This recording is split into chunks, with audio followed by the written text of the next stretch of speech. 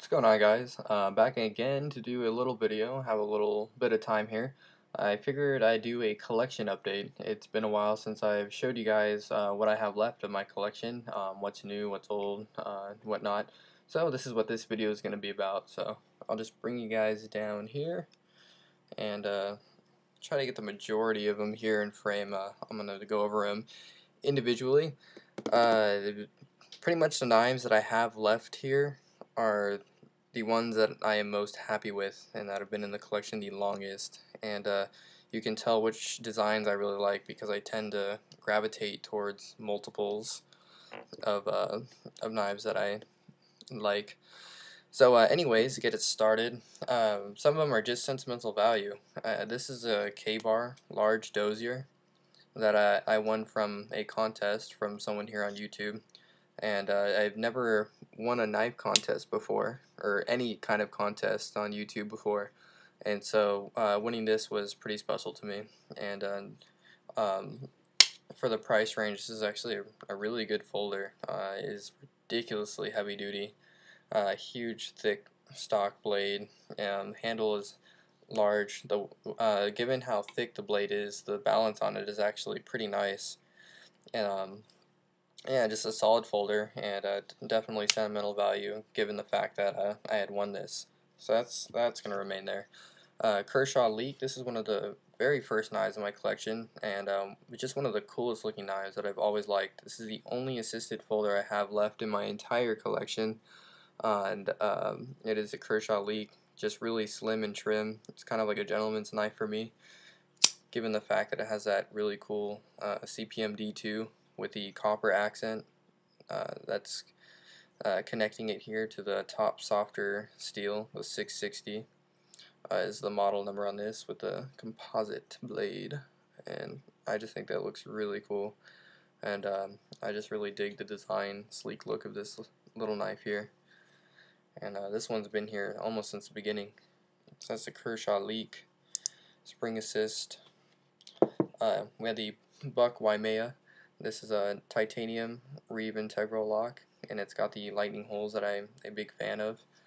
And this is a really interesting blade shape. It's got a huge amount of sweep. This is an extremely thin blade, and this and the TNT are of the sharpest knives I own. And I think part of it is just how high that relief edge is, as you can see here, that secondary bevel, and just how thin these things are. Blades are really, really thin. But yeah, this blade has a ton of sweep. It has an awesome swedge, dual swedge that comes down. And to top it off, this was an anniversary present from my girlfriend, so this also has some sentimental value.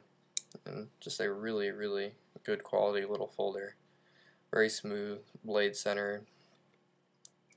Then we have the TNT, which is a larger knife. By the way, these are both based off of Tom Mayo's designs. He's a custom knife maker, Hawaiian custom knife maker, and I really like his style of handles with those lightning holes. Lightens up the titanium, and it's definitely different to see drilled out holes in a metal handle like this. This one is very comfortable, has nice contoured handle slabs. This one gets ridiculously sharp. It's very comfortable in a 4-finger grip using that C-shaped choil. You can choke up a little bit if you want. Really nice fit and finish on this one too. Nice curved spine on the blade, just like a Sebenza. Nice belly to the blade, extremely thin. And both of these have the Boss heat treats, which he does not do anymore. He's retired from heat treating, so it's cool to have some blades heat treated by the master Paul Boss. So that's that. Very smooth. It's one of the smoothest folders, if not the smoothest folder I own. Then we got, of course, the Sage series here. This is my favorite Spyderco knife. Sage 1, the carbon fiber. Walker liner lock, Michael Walker. Then we got the Sage 2, the titanium, dedicated to Chris Reeve for the Reeve integral lock, or better known as the frame lock, unfortunately. And then we got the Sage 3, which is dedicated to Blackie Collins for that bolt action lock, and Blue G10 here, trying to match up for the FRN look. You can see I haven't cleaned this one up in a while. It's got like residue all over it. So I got a review on this one. All the Sage series knives are virtually the same, minus the lock and handle materials. We got the Crickets. I use these daily as money clips. I switch them back and forth. This is the stainless steel etched version, Reeve Integral lock. Have not had to sharpen these because I don't use them all that frequently, but I love the little hawkbill tip there at the end. The reverse S blade is very, very nice, and the fat belly right there is really nice to rock on cuts. And then carbon fiber Cricket. Had to jump on this one. Thank you, John Wayne Colt 45, for pointing this in my direction. If it was not for you, I would not have this in my collection. And it does get carried daily, and this one's got the fully serrated. This thing really, really bites. Single liner. Sprint run, or sprint run? I don't know if it was a sprint run or limited production, but of the white dragonfly. This is another knife that my girlfriend picked up for me. Extremely ridiculously light knife. Just throw this in the pocket, you forget about it, or just keep it in the car or wherever. It's got a nice little swedge here on top, finger choil. The Dragonfly 2 is definitely something to look at because they added jimping to here and on the ramp and on the choil, and they're also added a bi-directional grip on both sides and then incorporated a wire clip. So the Dragonfly 2 is something to look at if you guys are interested in a knife like that. We have the Delica. This is kind of like the staple for people getting into knives or new to Spyderco. Ridiculously light. It's got the drilled out liners on the inside of the FRN here. Very comfortable knife. Really the perfect EDC size in my opinion. Just really thin. This thing really just disappears in the pocket. And yeah, this one's pretty much been here since the beginning. Militaries. I did end up selling my M4 military. I ended up with 2 militaries again, but it's tough trying to down the collection, but deals come up. But I prefer the lightness of the carbon fiber to that of the slight heaviness of the M4. The M4 is definitely an awesome knife, but just need money towards other things, and I have a lot of knives, and so that's what went. But this is the carbon fiber BG42 1 of 500 sprint run. BG42 steel military. And then the very similar in looks but different steel, we have the carbon fiber S30V military, and it's got that older style jimping there. Very comfortable. So those are my carbon fiber millis. And then my newly acquired, the Paramilitary 2 in the Digi Camo. Went ahead and got Digi Camo because my knife collection, as you see here, is pretty monotonous. We got a lot of black, black, black, black, black, black, a lot of titanium and silver color. So in carbon fiber. So adding in the blue Smurf Sage 3 and a Digi Camo Paramilitary 2, so add some flavor to the collection. Really liking this knife so far. The only thing, if you guys haven't noticed here, I have no G10.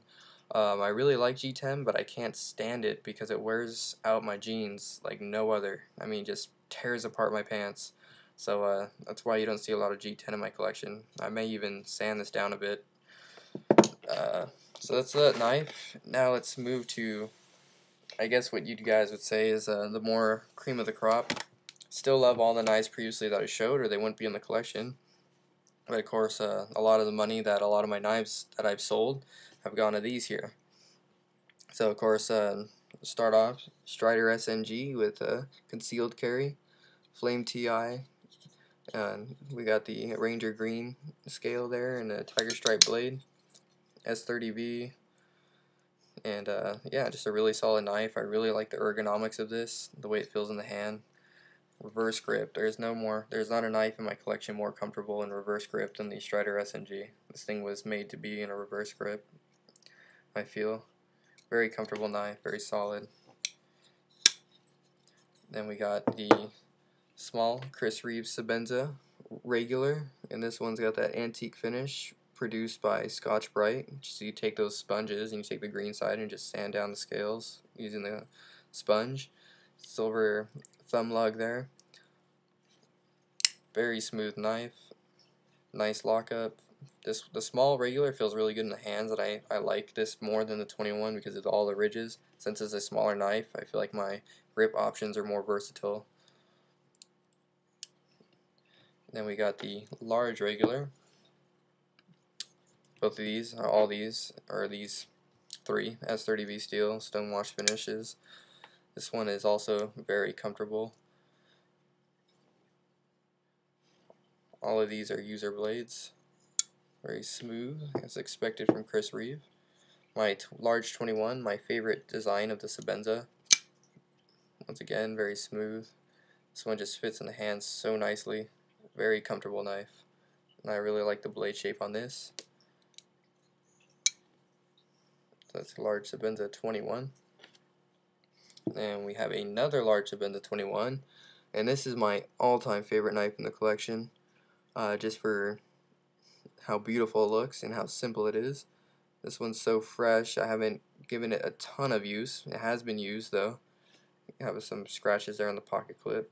I don't know if you can pick up on the scales, but yeah, very vibrant blue there still, and the Devin Thomas Raindrop Damascus.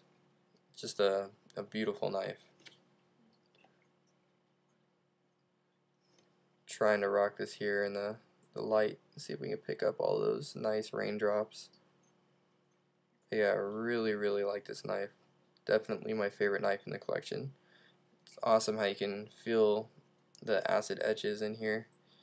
The jimping is extremely grippy in comparison to all my Sebenzas, and this one has the perforated washers, so very smooth hydraulic opening. So yeah, there we go, guys. So that's my knife collection. Lots of Spydercos, single Kershaw, single Dozier or K-bar, a couple bucks. Buck Tom Mayo designs, and then we got my CRK knives here and Strider S&G. That's pretty much all my knives. The only ones I have not included in the video are the Spyderco Tenacious, which is reciting in the center console of my car, and also the a handful of not a handful, but just like 2 or 3 Victorinox knives. The Cadet is really the only one I carry and use. Other than that, the other 2 are just kind of sitting in a drawer. But these are all my more reputable knives, quality knives, and knives that I use on, well, I would say daily basis, but I have so many. They all see carry. Alright guys, hopefully this was enjoyable, and you definitely go through phases in collecting where you just want a million knives, and then you want to narrow them down, and then you end up with more. Definitely wasn't expecting to pick up a Sage 3 or a Para 2, and wasn't expecting to pick up the second milli or this small regular, but deals come up and it's hard to pass up, and I'm still an addict, so I can't just say no. Alright guys, probably more to come and probably some to go. That's how it goes. Take it easy, guys.